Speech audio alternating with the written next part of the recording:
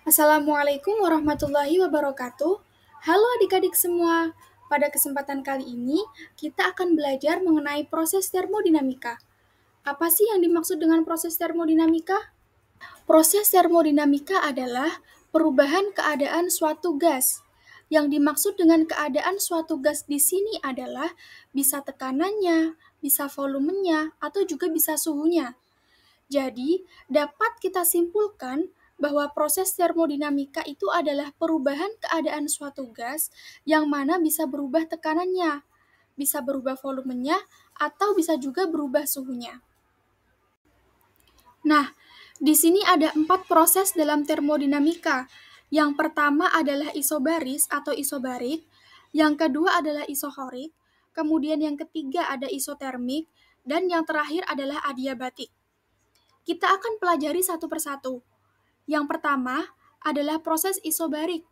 Proses isobarik adalah perubahan keadaan gas pada tekanan tetap. Ingat ya adik-adik, perubahan keadaan gas pada tekanan tetap. Misalkan, ibu punya sejumlah gas dalam suatu ruang tertutup seperti yang sudah tertera pada gambar ini, di mana hanya salah satu bagiannya saja yang bisa bergerak ke kiri ataupun ke kanan. Mula-mula posisinya di posisi 1. Kemudian apabila gas ini memuai dengan cara isobar, maka nanti bedanya atau penutupnya bisa bergerak sampai ke posisi kedua, atau kita sebut dengan gasnya memuai. Nah, pada proses isobar berlaku persamaan V, yaitu volume, per T, yaitu suhu, sama dengan konstan. Sehingga dari persamaan 1, dari kondisi 1 menjadi kondisi kedua. Dari kondisi gas sebelum memuai hingga kondisi gas setelah memuai dapat kita tuliskan V1 per T1 sama dengan V2 per T2. Ini untuk proses isobar. Nah, kita lihat bagaimana grafik proses isobar. Tadi sudah Ibu katakan bahwa sebelum gas memuai, posisinya berada pada volume 1. Ketika gas memuai, volumenya sekarang menjadi V2. Sehingga kalau digambarkan, grafiknya akan seperti ini, yaitu V1 dan juga V2. Maka untuk menghitung usaha yang dilakukan oleh gas itu, adik-adik bisa juga hitung dengan menggunakan rumus W sama dengan P dikali dengan delta V. Atau bisa juga menghitung luas dari wilayah di bawah grafik. V volume terhadap tekanan, kemudian menghitung kalor Q sama dengan M dikalikan dengan Cp dikalikan dengan delta T. M di sini adalah massa, kemudian Cp adalah kalor jenis pada tekanan tetap, dan delta T adalah selisih suhu. Kemudian untuk perubahan energi dalam gasnya bisa dituliskan dengan delta U sama dengan F per 2 dikalikan dengan N dikalikan dengan R dikali dengan delta T. Nah, apa sih itu F? F di situ adalah derajat kebebasan. Kemudian N adalah jumlah mol, kemudian R adalah konstanta universal gas, dan yang terakhir delta T adalah selisih suhu. Nah, ini untuk proses isobar.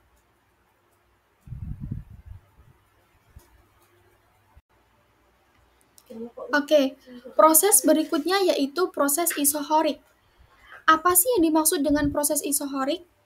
Proses isohorik adalah perubahan keadaan gas pada volume tetap. Perubahan keadaan gas pada volume tetap. Nah, misalkan ibu memiliki sejumlah gas, tapi volumenya tetap seperti pada gambar ini. Maka, untuk proses isohorik berlaku persamaan P per T sama dengan konstan. Artinya apa?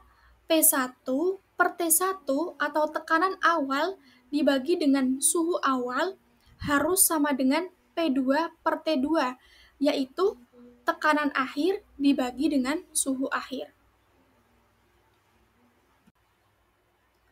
Kemudian kita lihat grafik dari proses isohoriknya. Ini adalah grafik proses isohorik. yang dimana sumbu X menyatakan volume dan sumbu Y menyatakan tekanan.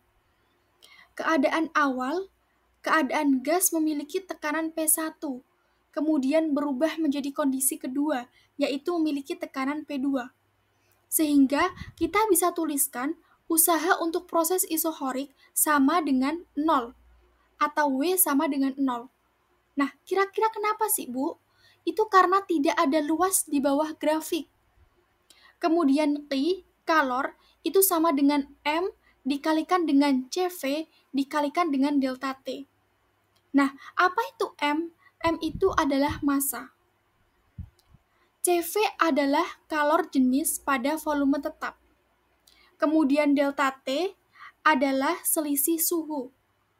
Kemudian untuk perubahan energi dalamnya, kita bisa tuliskan F per 2 dikalikan dengan N, dikalikan dengan R, dikalikan dengan delta T. Di sini F merupakan derajat kebebasan. Kemudian N-nya adalah jumlah mol, dan R adalah konstanta universal gas. Dan yang terakhir yaitu delta T adalah selisih suhu.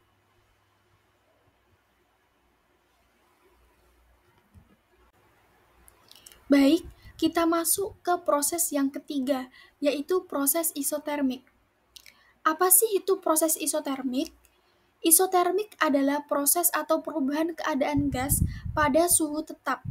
Ingat ya adik-adik, pada suhu tetap. Nah, misalkan kakak memiliki sejumlah gas dalam suatu ruangan tertutup.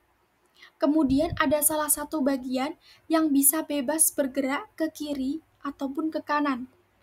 Pada mulanya, gas ini memiliki tekanan P1 dan volumenya V1.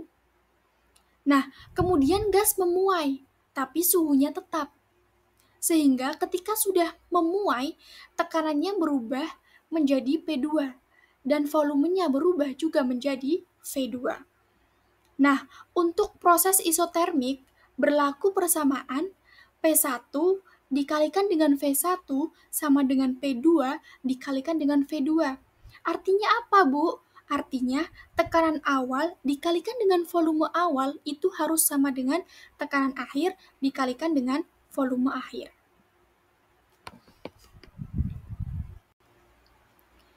Oke, kita lihat untuk grafik proses isotermik.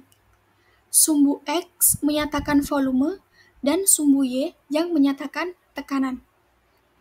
Pada kondisi awal, gas memiliki tekanan P1 dan volumenya V1. Kemudian gas memuai dengan isotermik, sehingga volumenya berubah. Yang tadinya V1 kini menjadi V2. Dan tekanannya pun juga ikut berubah. Yang tadinya P1 kini menjadi P2. Nah, kira-kira berapa sih usahanya? Usahanya yaitu W bisa kita tuliskan N dikalikan dengan R dikalikan dengan ln V2 per V1. N di sini adalah banyaknya mol, kemudian R adalah konstanta universal gas, dan T adalah suhu gas. Dikalikan dengan ln V2 per V1. V2 di sini adalah volume akhir, dibagi dengan V1 merupakan volume awal. Itu untuk usahanya. Sementara itu untuk kalornya atau T sama dengan W. Mengapa? Karena untuk proses isotermik tidak terjadi perubahan suhu. Delta U-nya sama dengan 0. Karena delta U-nya sama dengan 0, maka kalor yang dihasilkan sistem akan sama dengan usaha yang dilakukan oleh sistem.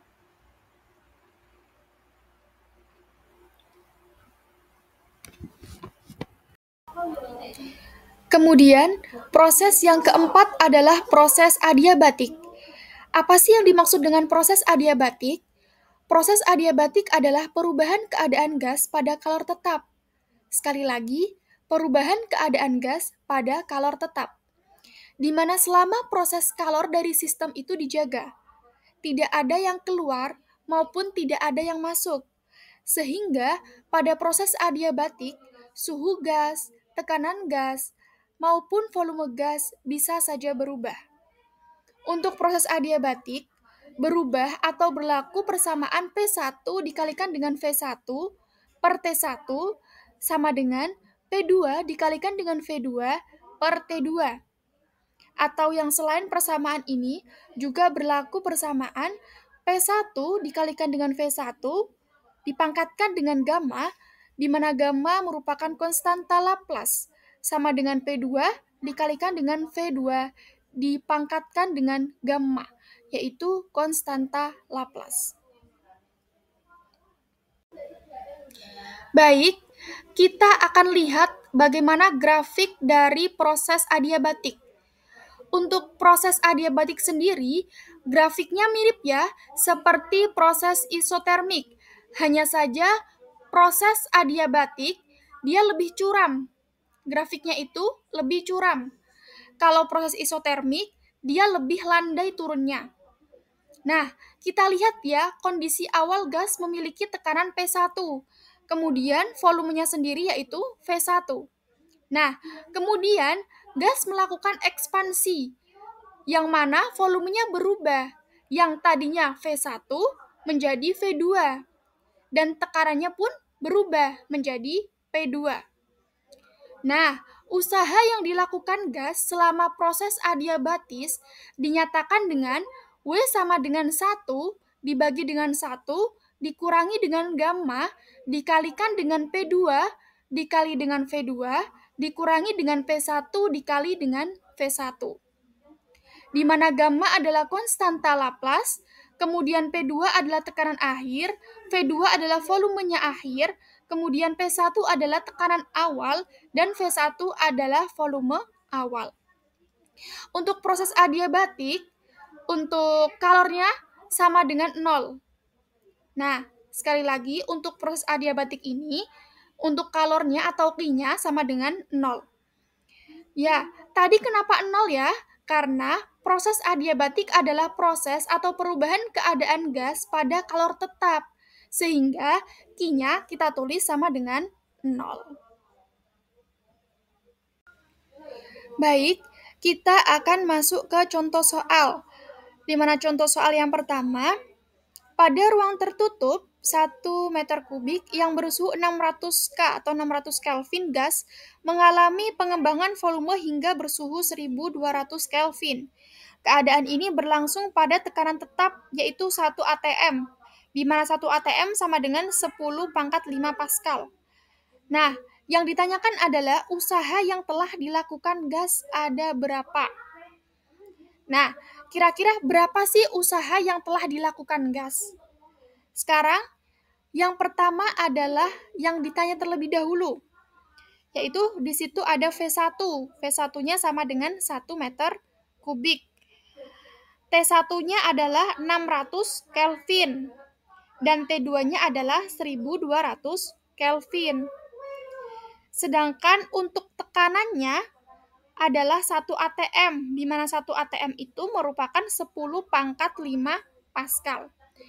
Sekarang kita cari usahanya. Nah, untuk mencari usahanya, ini kan proses pada tekanan tetap. Jadi karena ini P-nya itu tetap, nah, proses pada tekanan tetap, kalau pada proses tekanan tetap itu berlaku bahwa V1 per T1 itu sama dengan V2 per T2.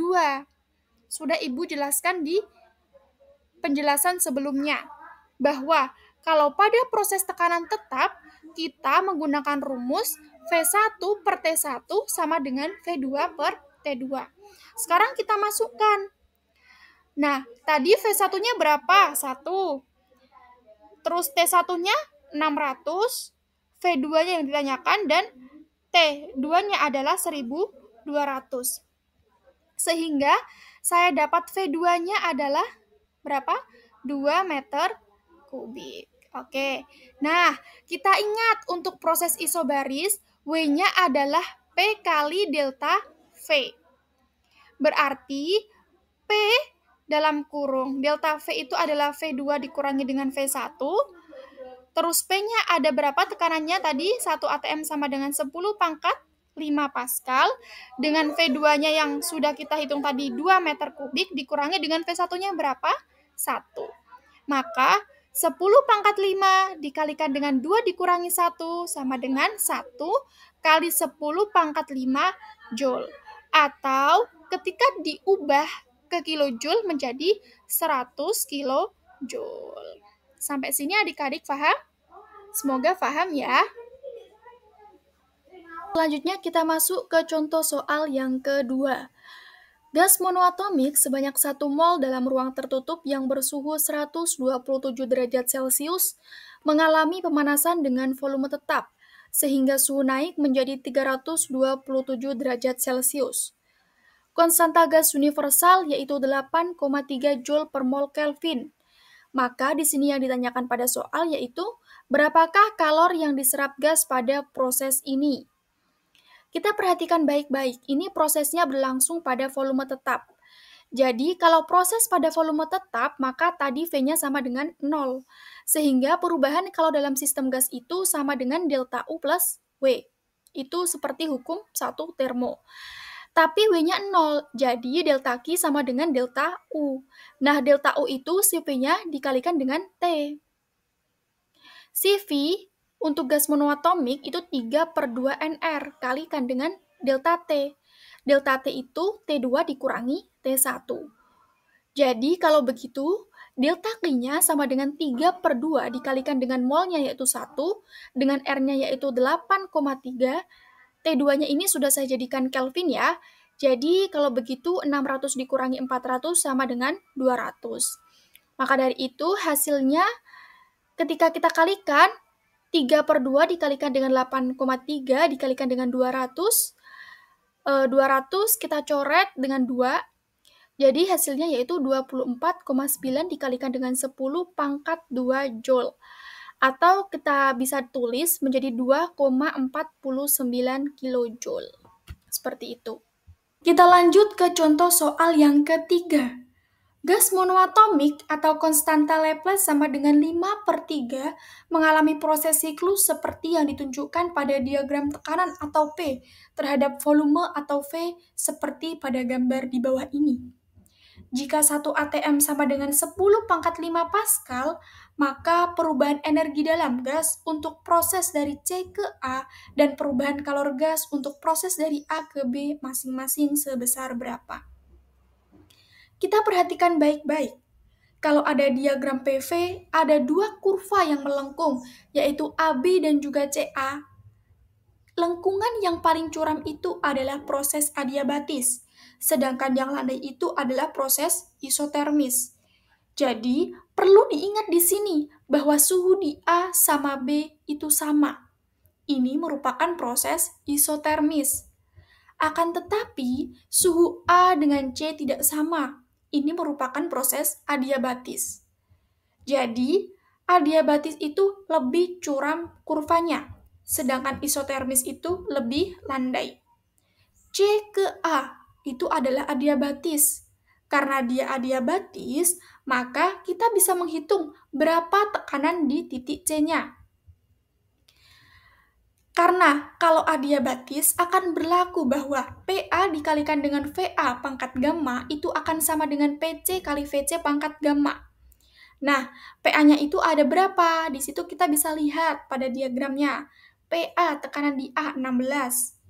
VA-nya di situ berapa? 1. Dipangkatkan dengan gamma atau konstanta Laplace-nya yaitu 5/3. Sama dengan PC yang akan kita cari, VC-nya yaitu berapa di situ? Yaitu 8. Karena dia 8 itu sama dengan 2/3, di situ ditulis 2/3. Dipangkatkan dengan gamma atau konstanta Laplace-nya yaitu 5/3. 16 turun sama dengan PC yang akan kita cari, 2/3 dipangkatkan 5/3, 3 coret, jadi 2/5 sama dengan 32. P sama dengan 0,5 ATM. Jadi didapatkan PC-nya sama dengan 0,5 ATM atau setengah ATM. Oke, sekarang kita ditanya, berapa perubahan energi dalam dari C ke A? Jadi, delta UC ke A tidak lain adalah CV kali delta T dari C ke A. Jadi, CV-nya itu berapa? CV-nya itu karena dia gas monoatomik berarti 3/2 NR. Delta T CA itu berarti T di A atau T akhir dikurangi T awal ya. Proses awalnya adalah di C. Jadi kalau begitu, ini sama dengan apa? 3/2 NR dikalikan dengan TA NRTA dan NR dikalikan dengan TC NRTC. Terus untuk NRTA itu PA dikalikan dengan VA. NRTC itu berarti PC dikalikan dengan VC. Sehingga di sini 3/2 PA dikalikan dengan VA. 3/2 PA dikalikan dengan VA dikurangi dengan PC dikalikan dengan VC. Di sini PA-nya yaitu 16, sedangkan VA-nya yaitu 1. Berarti dikalikan 16 dikalikan dengan 1 sama dengan 16, sedangkan PC yaitu setengah, hasil dari yang tadi sudah kita hitung, 0,5 atau setengah, dikalikan dengan VC-nya yaitu berapa? 8. Berarti setengah dikalikan 8 sama dengan 4. Jadi 3/2 dikalikan dengan 16 dikurangi 4, 16 dikurangi 4 sama dengan berapa? 12. 12 3/2 dikalikan dengan 12 sama dengan 18 ATM. Atau ketika dalam liter, 1 ATM sama dengan 10 pangkat 5 Pascal, sedangkan 1 liter sama dengan 10 pangkat negatif 3 meter kubik. Jadi, 18 ATM ketika diubah dalam liter sama dengan 1800 Joule.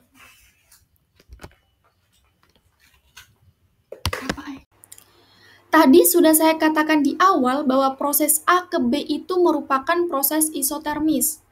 Kalau proses isotermis, perubahan energi dalamnya itu adalah 0 alias tidak ada. Hukum satu termo mengatakan bahwa delta T itu delta U plus W. Jadi karena delta U-nya adalah 0, berarti delta T-nya sama dengan W. Jadi, delta T AB sama aja dengan mencari usaha gas dari A ke B.